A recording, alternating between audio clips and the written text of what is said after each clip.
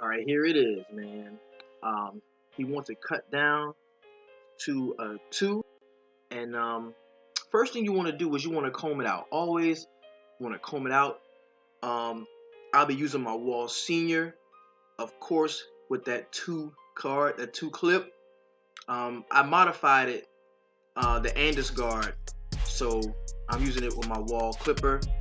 So I'm taking everything down with the Senior. As you can see, his pattern is beginning to pop out.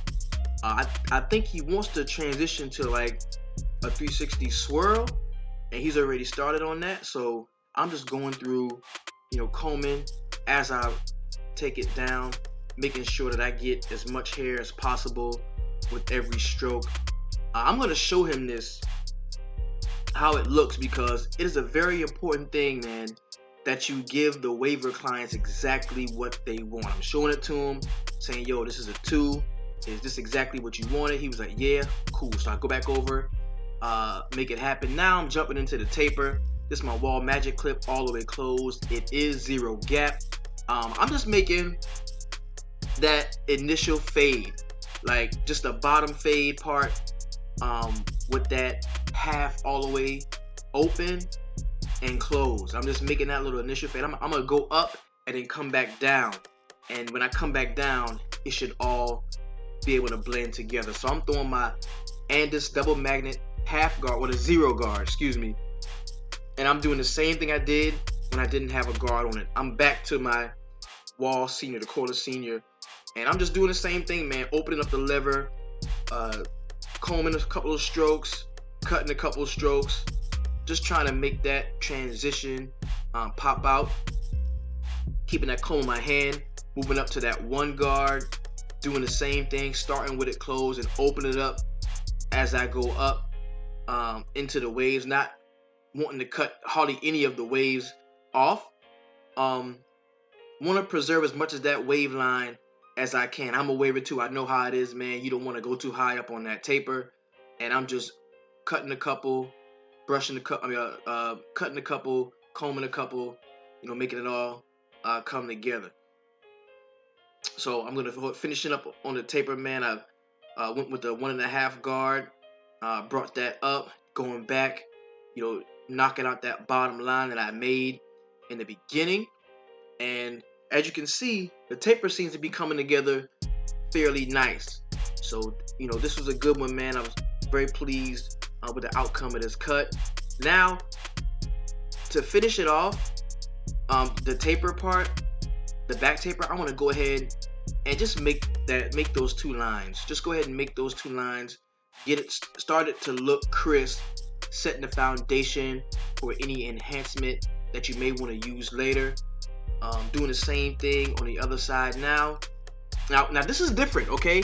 Because he wanted to keep his sideburns and he wanted a light taper. He didn't want a bald taper on the side.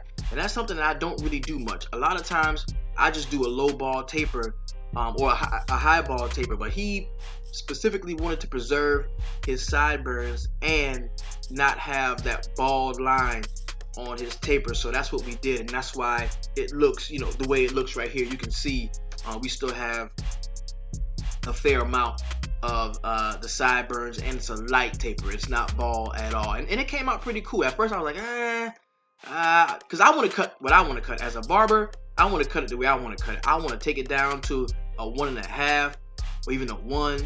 I want to, ball fade the taper so that when people see him, they can ask him, man, who cut your hair? And he can say, I did, and I can get more clients. But that's not what I'm here for, man. I'm here to service the client and to do exactly what he wanted me to do. And that's what I did, man. And that's where the disconnection in the wave community with the barber community is. It's because as waivers, man, we want our hair cut, edged up, styled a certain way. There's certain things that we want, and each of our journeys are different. So you may cut one waiver one way, but I might sit in your chair and say, hey man, do X, Y, Z. And if you don't do that, I'm not coming back, and I'm talking shit, and I'm mad.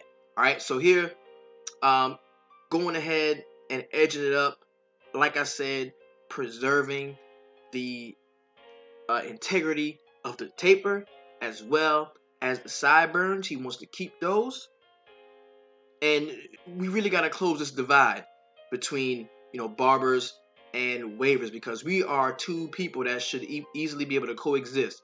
Wavers should not be cutting their own hair and not doing a great job because they go to a barber and the barber just doesn't do what they want them to do. Like, that should not be happening. So I'm finishing up the taper on the left side. Just wanted to give you a close view at how I got that done and knocked that out.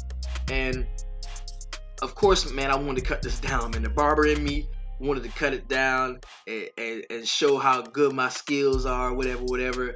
But man, it's all about the customer, man. So here we're gonna edge up on that front line, and he will be getting some light enhancements.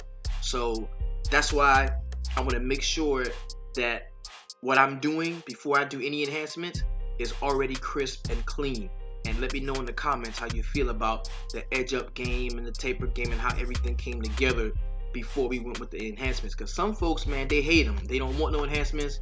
They don't like using them. They don't like doing it. But me, man, whatever the client sits in my chair and says he wants, I'm going to do my best to provide that service to the best of my ability. So here we are, finishing the left side of that edge up. And I want to show you something, because right here, my right side is my weak side. Well, his left side, my right side of edging up. And you saw where I had to change trimmers because that T-blade on the T-outliner was a little bit too thick, and I think I might have clipped that eyebrow. So to keep from doing that, I went ahead and picked up my smaller T-blade, the Andis Slimline Pro Li, and I stretched the skin just to make sure I wouldn't clip that high raise on his eyebrow right there. And that's a mistake that barbers make sometimes. We learn from that as we do it. Here I'm applying the Barber Magic pencil, just getting it set, getting the guidelines set, because I am going to be applying a light enhancement, and I'm hitting them with the dye, the light semi-permanent dye, making that all come together, brushing it in, hitting with a little bit of spritz, brushing it with my Torino brush, finishing off, like just keeping everything inside those lines. That's all I really want to do. I draw that line because I want to keep everything inside of that line. After I brushed the hair that time, that last brush session, I just wanted to keep everything inside the line. Now I'm gonna clean it up, do the best I can with that razor to make sure everything pops out. Show them what we're working with. Hit them with some alcohol to kind of get them right. Ooh, and this right here, yo, I'm gonna be launching this product in the coming weeks, man. This is a very dope product. It is made specifically for wavers, man. You're gonna love this when I drop this. So ask me about it in the comments and I'll get with you. There we go, man. That's the tape. I'm gonna knock down this. Yep, knock that down. And it should be all good, man. This has been Molo the Barber, man. This is the Barber Mosaic. Come check me out, man. Follow me on Instagram at Barber Mosaic. Dude, that's pretty clean. Look at that. There it is. And we out.